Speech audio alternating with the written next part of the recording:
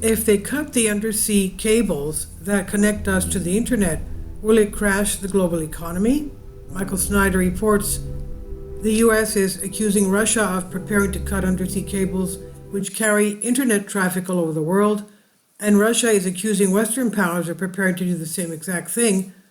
In some cases, these undersea cables literally stretch from one continent to the other, and so it's impossible to guard them.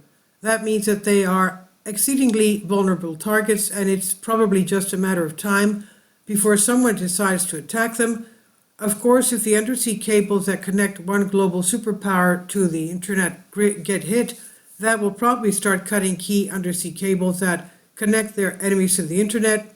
Needless to say, such a scenario would have the potential to turn apocalyptic very rapidly. According to CNN, US officials are warning that there has been increased Russian activity, military activity around key undersea cables. The US has detected increased Russian military activity around key undersea cables and believes Russia may now be more likely to carry out potential sabotage operations aimed at disabling a critical piece of the world's communications infrastructure, two US officials told CNN. Russia has put increased emphasis on building up a dedicated military unit which deploys a formidable fleet of surface ships, submarines, and naval drones, according to one of the officials. The unit, the General Staff Main Directorate for Deep Sea Research, is known by its Russian acronym GUGI.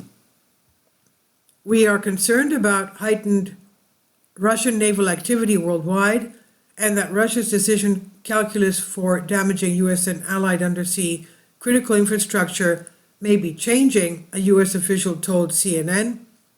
Russia is continuing to develop naval capabilities for undersea sabotage, mainly through GUGI, a closely guarded unit that operates surface vessels, submarines, and naval drones.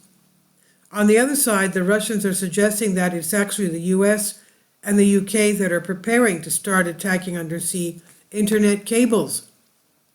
An ally of Vladimir Putin has accused the US and UK of intending to sabotage underwater internet cables and planning to destabilize the maritime energy trade. In reporting the comments by Nikolai Patrushev, the Telegram channel Crimea Wind posted, "It would be funny, but such statements often sound like a cover for their own intentions."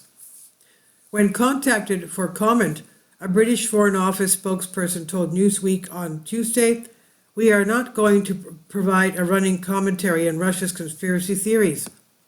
So who is telling the truth? I don't know, but what I do know is that these undersea internet cables are incredibly important.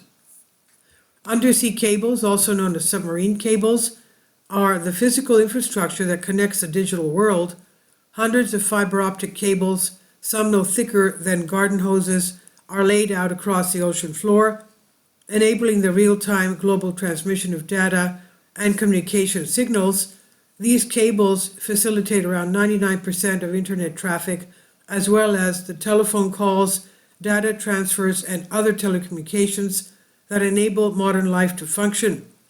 The first undersea telegraph cable was laid in 1858. Today, there are almost 400, most of which are commercially owned and operated. What would happen if all these undersea cables connecting a particular country to the internet suddenly go out? I did not have an answer to that question, so I asked Google, and this is what Google told me. Communication disruption. People would lose access to phone calls, video, messages, and streaming services. Financial impact. E-commerce would be affected and the stability of financial networks would be at risk. Critical infrastructure impact. Power grids, transportation networks, and water networks could be affected. Country-wide impact. A country could be severed from the internet, which would impact banking, business, and health networks. Repair delays. It could take months to repair the cables. That sounds really bad. Over the past 2 decades, our entire economy has become exceedingly dependent on the internet. If we were suddenly cut off from the rest of the globe, there would be widespread economic chaos. Payment systems and ATMs would be down.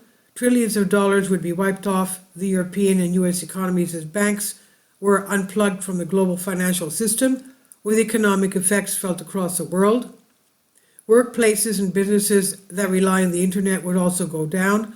Educational institutions would struggle to conduct online learning, impending students' education limiting access to knowledge and resources. E-commerce would take a hit too, exacerbating disruptions to supply chains and shortages of essential goods. Brick and mortar stores would be cut off from communication with suppliers, limiting access to food and other essential supplies. If someone cut just a few dozen cables, we would suddenly be facing the biggest disaster for the US economy since World War II. That is how vulnerable we are. And a precedent has already been set. Just 2 years ago, someone sabotaged Nord Stream pipelines that delivered Russian gas to Europe. On 26 September 2022, a series of underwater explosions and consequent gas leaks occurred on 3 of 4 pipes that were rendered inoperable of the Nord Stream 1 and Nord Stream 2 natural gas pipelines, 2 of 23 gas pipelines between Europe and Russia. The leaks were located in international waters, but within the economic zones of Denmark and Sweden. Both pipelines were built to transport natural gas from Russia to Germany through the Baltic Sea and are majority owned by Russian majority state-owned gas company Gazprom. If push comes to shove, I think that both sides would hesitate to cut undersea internet cables. Using nuclear weapons is a far more dramatic move, and it's being reported that the Russians were very close to doing that in 2022.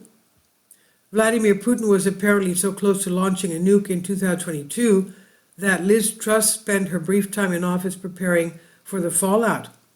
A new biography of Ms. Truss claims the former Prime Minister of the UK spent her final days in number 10 Downing Street examining weather maps and preparing for UK radiation cases after American spies warned her that Putin was dangerously close to pressing the button. The exquisite intelligence provided by the US concluded there was a 50% chance Russia could deploy a tactical nuclear weapon on the Ukrainian battlefields or test an even larger bomb in the Black Sea. On the other side, I think that we have entered a time when globalists in the Western world have become so desperate that literally nothing is off the table. Right now, our world is more interconnected than ever, but that could change at any moment. Once someone decides to start cutting cables, things will get really crazy. So enjoy the internet while you still can, but also prepare for the day when you will no longer be able to depend upon it.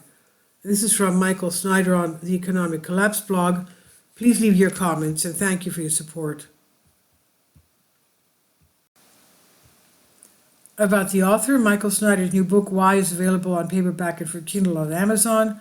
He's also written 8 other books available on Amazon, including Chaos, End Times, 7-Year Apocalypse, Lost Prophets of the Future of America, The Beginning of the End, and Living a Life That Really Matters. When you purchase any of Michael's books, you help to support the work that he's doing.